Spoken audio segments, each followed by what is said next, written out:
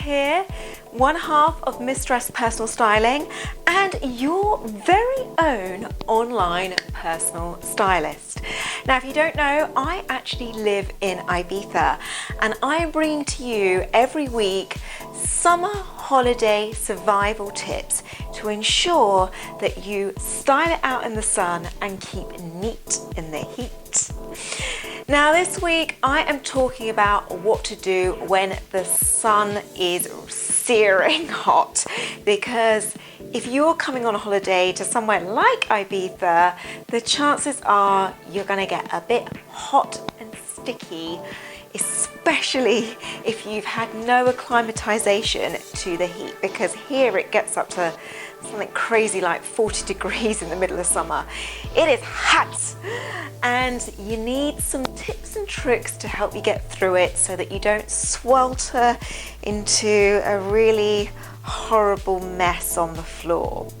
So I have got 6 items of clothing and accessories I think you need to help you work your wardrobe whilst on holiday. Okay, so item number 1 that you cannot go on holiday without is a sun hat. Now before you go, oh, hat hair, I can't cope, let me tell you something, there is nothing far less cooler than sunstroke, because believe you me, I have been there with sunstroke. It is not a good look. So, you know, there are so many variations of hats out there right now. Obviously, the classic Panama is so cool, and actually one thing I love about them is that this season they've come with so many sort of details on them. I'm sure you've seen that image of me in my hat. Plus, the other style of sun hat that's made a massive comeback is the baseball cap.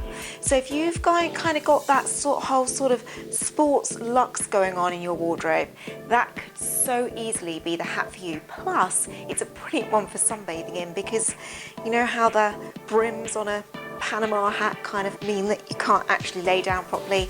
Baseball cap solves that.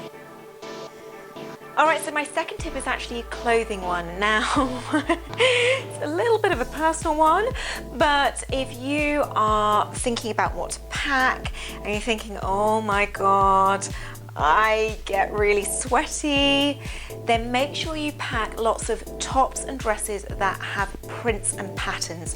Try to avoid any kind of solid colours or block coloured tops and dresses, because those pit marks will show, and you know the thing about print and pattern is it camouflages it, you can't see it, so that horrible potential paranoia state vanished, doesn't exist when you've got a load of printed patterned tops.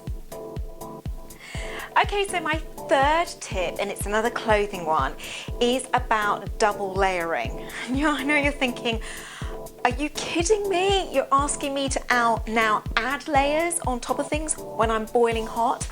Well, what I'm referring to is those kind of underlayer sort of slips or really thin silky vest tops if you're wearing something light over the top, because what happens is then that they basically consume all of the sweat, all the heat of your body, so that top layer or that top shell of the item of clothing doesn't stick to your body, so it kind of gives a nice flowing shape and, you know, doesn't kill off your style basically.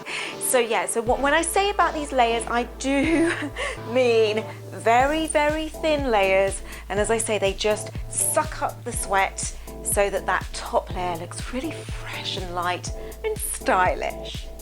Now my next tip is a fabric one, and you're probably going to go, oh shut up, you are talking absolute nonsense, but just hear me out on this one, because what I'm going to say is I think you should take with you or look for fabrics that have got a cotton synthetic mix to them. Yet no, honestly, I said hear me out on this one. The reason being is that synthetic fabrics have moved on dramatically in the last few years, and they really do have the properties of all the natural fibres such as silks, cottons and linens, in as much as they're breathable but they don't come with the high maintenance upkeep. So it means that when you unpack all of your clothes and when you start wearing them, when you get hot and the moisture starts to sort of get into the fabric, they're not going to end up this crumpled, creased heap or mess of an outfit. The synthetic fabrics don't do that. They resist creasing, and so your outfit will still look really cool and crisp. All right, so my fifth tip is another accessory one, and this is about bags. Now, again, we've got to think about the heat, and you know when you've got something that touches your body and it all just feels, oh, get it away from me. Well, I'm going to say that the best type of bag to take with you on holiday is one of those crossbag styles, which, by the way, are having a major fashion moment at the minute. The reason being is them sitting that little bit lower on your body, on the hip area, means that they're not so close to your torso area, which is the part of the body that gets the most hot.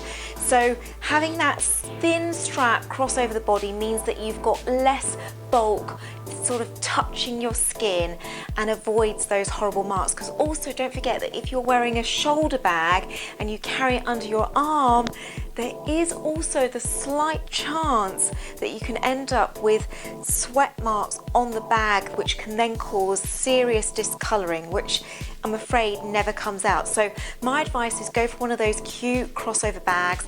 Also, it's got a summer feel to it, right? They just look really nice, and as I said, there's so many variations out there. You can have a bit of fun and choose something that's got a bright pop of colour to really kind of play with your summer wardrobe. Okay, so my sixth and final tip is back to another clothing one. And I've mentioned about all these different styles, but there's one style of clothing that's really in fashion at the moment that actually works really well in the heat, and it's these cropped tops. I'm sure you have seen them knocking around the shops. They are huge at the moment.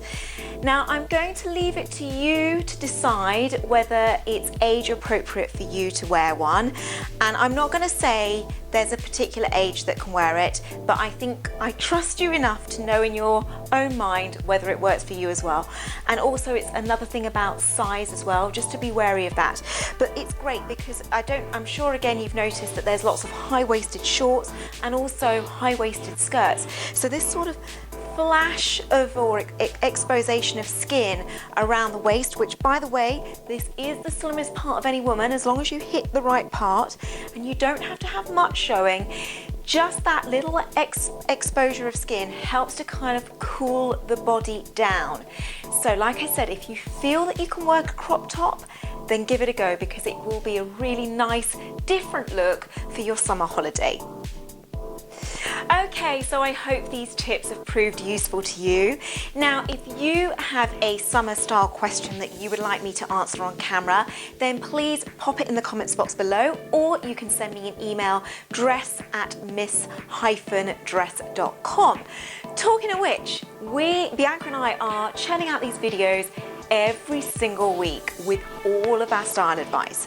So if you would like to be the first to receive these videos the moment we upload them to our Miss Dress YouTube channel, then make sure you hit that subscribe button so that you can receive a little notification the moment they're there, so you can watch them way ahead of anyone else. Now, there's one other thing that I need to let you know about, and that's that Bianca and I have got a little goodie for you.